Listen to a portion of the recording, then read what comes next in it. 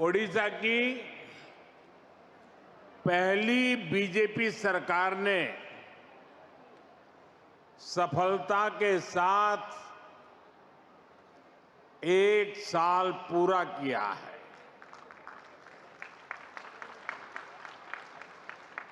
ये वर्षगांठ सिर्फ सरकार की नहीं है, ये सुशासन की स्थापना की वर्षगांठ है। यह 1 साल जन सेवा और जन विश्वास को समर्पित है। ये ओडिशा के करोड़ों मतदाताओं के विश्वास पर खरा उतरने के ईमानदार प्रयास का एक शानदार वर्ष है।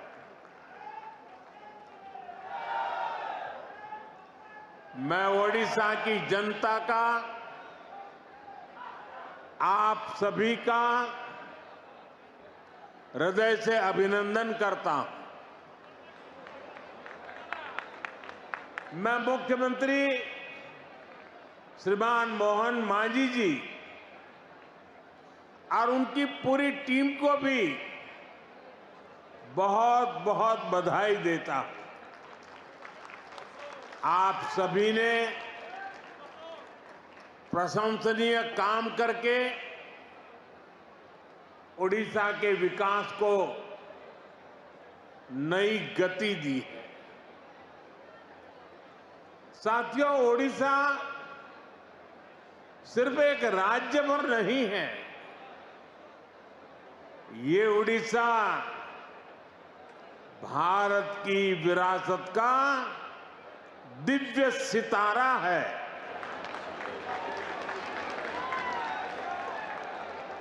ओडिशा सैकड़ों वर्षों से भारतीय सभ्यता को, हमारी संस्कृति को समृद्ध करता रहा है। इसलिए आज जब विकास और विरासत का मंत्र भारत की प्रगति का आधार बना है, तब ओडिशा की भूमिका और बड़ी हो गई है। बीते 1 वर्ष में ओडिशा ने विकास भी और विरासत भी इस मंत्र को आत्मसात करके दिखाया है। इस मंत्र पर तेजी से आगे बढ़ा है। साथियों, ये सुखद संयोग है कि जब ओडिशा की बीजेपी सरकार अपने 1 साल पूरे कर रही है, तब आप सभी भगवान जगन्नाथ जी की रथ यात्रा की तैयारियों में जुटे हैं।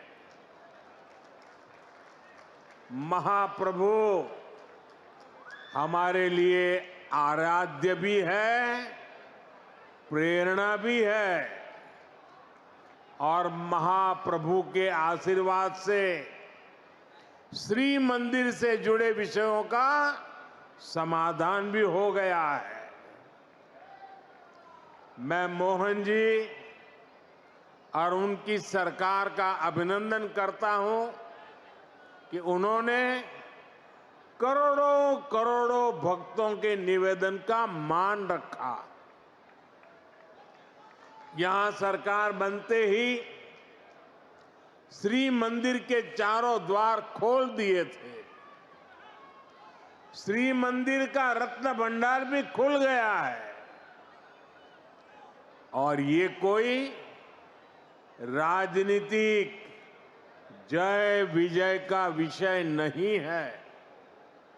ये करोड़ों भक्तों की आस्था का सम्मान करने का कार्य हुआ है।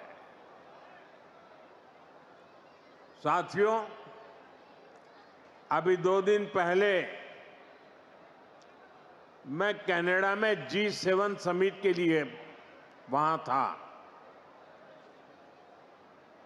और अमेरिका के राष्ट्रपति ट्रंप ने मुझे फोन किया।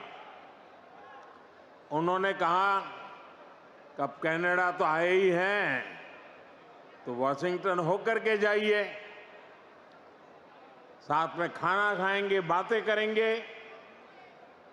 उन्होंने बड़े आग्रह से निमंत्रण दिया। मैंने अमेरिका के राष्ट्रपति को कहा कि आपका निमंत्रण के लिए धन्यवाद, मुझे तो महाप्रभु की धरती पर जाना बहुत जरूरी है।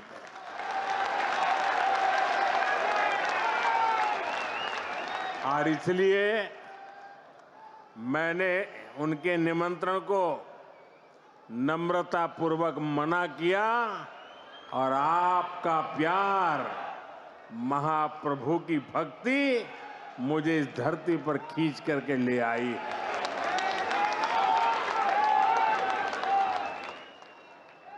भाइयों बहनों, आजादी के बाद दशकों तक देश में लोगों ने कांग्रेस का मॉडल देखा। कांग्रेस के मॉडल में न सुशासन था और न ही लोगों का जीवन आसान था। विकास परियोजनाओं को अटकाना, लटकाना, भटकाना, घनघोर करप्शन, यही कांग्रेस के विकास मॉडल की पहचान थी। अब देश पिछले कुछ वर्षों से व्यापक तौर पर बीजेपी का विकास का मॉडल देख रहा है। बीते दशक में देश के कई राज्य ऐसे हैं जहां पहली बार भाजपा की सरकारें बनी है। इन राज्यों में सिर्फ सरकार नहीं बदली, बल्कि सामाजिक और आर्थिक परिवर्तन का भी नया दौर शुरू हुआ है। मैं आपको पूर्वी भारत के ही उदाहरण देकर के समझाना चाहता हूं। मैं एक उदाहरण देता हूं असम का। असम में एक दशक पहले तक स्थितियां बहुत खराब थी।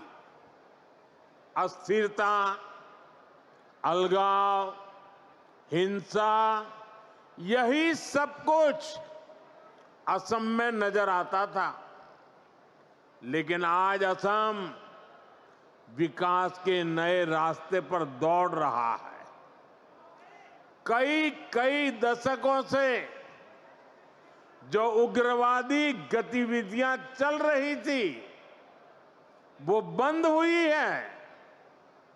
आज असम कई पैमानों में देश के दूसरे राज्यों से आगे निकल रहा है। इसी तरह दूसरा एक राज्य का मैं उल्लेख करूंगा, त्रिपुरा। त्रिपुरा में भी कई दशकों से वामपंथी शासन के बाद लोगों ने भाजपा को पहली बार अवसर दिया। त्रिपुरा भी